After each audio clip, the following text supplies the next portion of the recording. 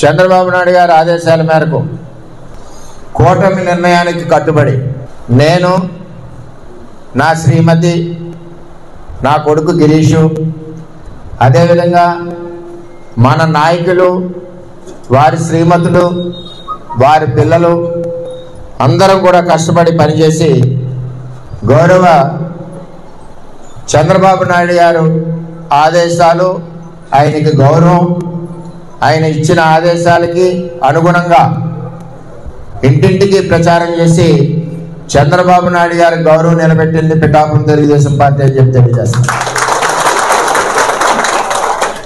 అదే మా పిఠాపురం తెలుగుదేశం పార్టీ యొక్క క్రమశిక్షణ, మా పిఠాపురం తెలుగుదేశం పార్టీ కుటుంబం యొక్క కష్టం ఎప్పుడూ కూడా అహర్నిశలో చంద్రబాబు నాయుడు గారికి, భవిష్యత్ రథసారథి నారా లోకేష్ గారికి ఎప్పుడు కూడా పిఠాపురం తెలుగుదేశం పార్టీ అండగా ఉండడమే కాకుండా వారు నిర్ణయించిన ఆదేశాల ప్రకారం తూచా తప్పకుండా పని చేసుకుంటూ పార్టీని బలపరుస్తూ కార్యకర్తలకు అండగా ఉంటూ ఎప్పుడూ కూడా పార్టీ ఆదేశాలకు అనుగుణంగా పిఠాపురం నియోజకవర్గం తెలుగుదేశం పార్టీ కుటుంబం నడుస్తుందని చెప్పి ఈ సందర్భంగా నేను తెలియజేస్తున్నా.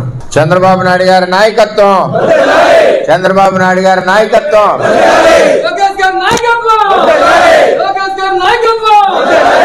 కొన్ని ఇబ్బందులు ఉంటాయి మన అధ్యక్షుడు. మనం ఒకరికి జడ్పీటీసీ ఇవ్వాలంటేనే మల్లగొల్లాలు పడతాం.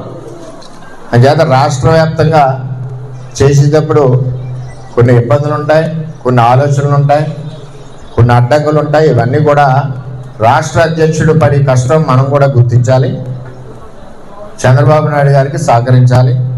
అంచేత మనందరం కూడా ఎటువంటి మనకు బోర్డు భవిష్యత్తు ఉంది. మన పార్టీ వేళ 15-20 సంవత్సరాల పైన అధికారంలో ఉంటుంది. పెద్ద నాయకత్వంలోని, అదేవిధంగా లోకేష్ గారి నాయకత్వంలోని పార్టీ పరుగులు పడుతూ ఉంటుంది. అంచేత దయచేసి మనందరం కూడా ఎప్పుడు పార్టీకి అండగా, చంద్రబాబుకి అండగా, భవిష్యత్ రథసారథి లోకేష్కి అండగా మనందరం ఉండాలని మీ అందరినీ కూడా మనస్ఫూర్తిగా కోరుకుంటూ మరి నేను సెలవు తీసుకుంటున్నా. అందరికీ నమస్కారం. జై వర్మ, జై తెలుగుదేశం, జై తెలుగుదేశం.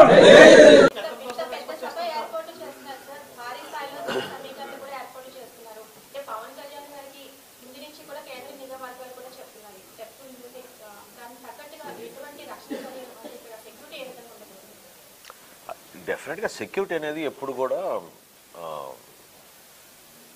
చాలా సైంటిఫిక్గా, ప్రొఫెషనల్గా ప్రిపేర్ అయ్యి వాళ్ళు తీసుకోవాల్సిన జాగ్రత్తలు ఖచ్చితంగా డిపార్ట్మెంట్కి తీసుకుంటారు. పవన్ కళ్యాణ్ గారి విషయంలో చాలా జాగ్రత్తలు తీసుకోవాల్సిన అవసరం డిపార్ట్మెంట్కే కాదు, పార్టీ పరంగా కూడా మా అందరికీ ఉంది. నిన్ననే మేము రివ్యూ చేసుకున్నప్పుడు చక్కటి ప్రశ్న అడిగారు మీరు. పార్టీ పరంగా కూడా మేము దాదాపు 50 నుంచి 75 సీసీ కెమెరాలు కూడా మేము ఏర్పాటు చేస్తున్నాం. డిపార్ట్మెంట్ చేసే పని వాళ్ళు చేసుకుంటారు. మేము కూడా ఒక బాధ్యతగా మా పార్టీ అధ్యక్షులు గారు వస్తున్న సందర్భంగా అదేవిధంగా ఎవరికి కూడా అసౌకర్యం కలగకుండా చూసుకోవాల్సిన బాధ్యత మా పైన ఉంది. కాబట్టి మేము ఒక నెట్వర్క్ 75 సీసీ కెమెరాలతోటి మొత్తం ప్రాంగణం, అదేవిధంగా హైవేస్లో కూడా ఒక నెట్వర్క్ ఏర్పాటు చేసి సీసీ కెమెరాస్ ఏర్పాటు చేస్తున్నాం. జిల్లా ఎస్పీ గారితో నేను మాట్లాడడం జరిగింది.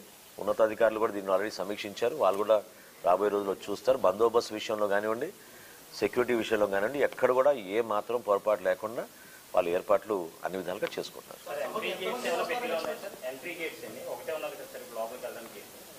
లాస్ట్లో చూస్తారు మీరు.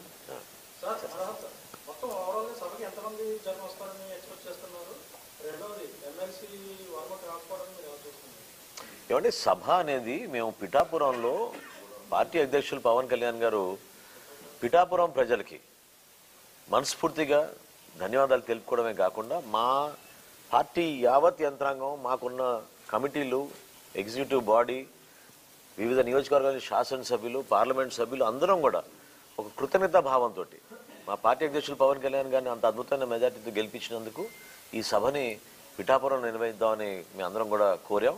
దానికి పవన్ కళ్యాణ్ గారు కూడా ఆయనే ముందు యాక్చువల్గా పిఠాపురంలో చేస్తే బాగుంటుంది, మనందరం వాళ్ళకి థ్యాంక్ యూ చెప్పాలనే సందర్భం వచ్చింది కాబట్టి చేద్దాం అన్నారు.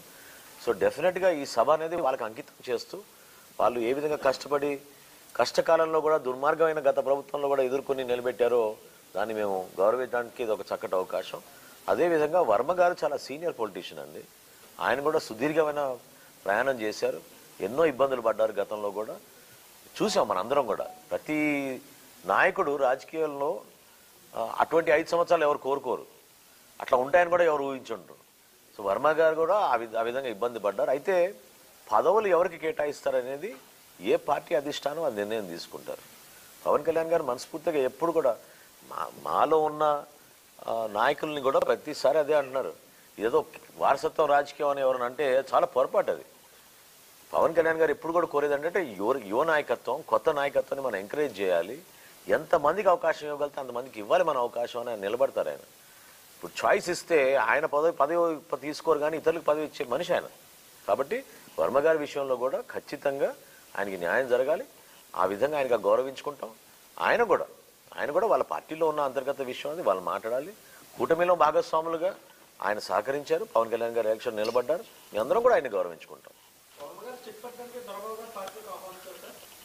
లేదండి, దొరబాబు గారు ఎలక్షన్ ముందే వద్దామని అనుకున్నారు, కొన్ని కారణాల వల్ల రాలేకపోయారు.